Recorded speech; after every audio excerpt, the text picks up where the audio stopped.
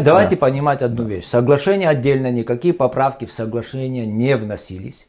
Это были изменения во внутреннее абхазское законодательство. Во внутреннее абхазское законодательство, которое еще более усугубило ситуацию, еще более усугубило. То есть парламент принял с нарушениями все законы. Они сегодня нелегитимны. Я вам сейчас скажу простую вещь. Парламент на самом деле загнал себя, мне кажется, в угол. Я думаю, они до конца не осознают это, но парламент сегодня загнал себя в угол, потому что если Конституционный суд, который посмотрит и рассмотрит поправки, принятые парламентом, и поймет, какие нарушения там были сделаны, он может принять решение, что они несостоятельные. И он может дать заключение, что такие поправки принимать нельзя были, и аннулировать эти поправки.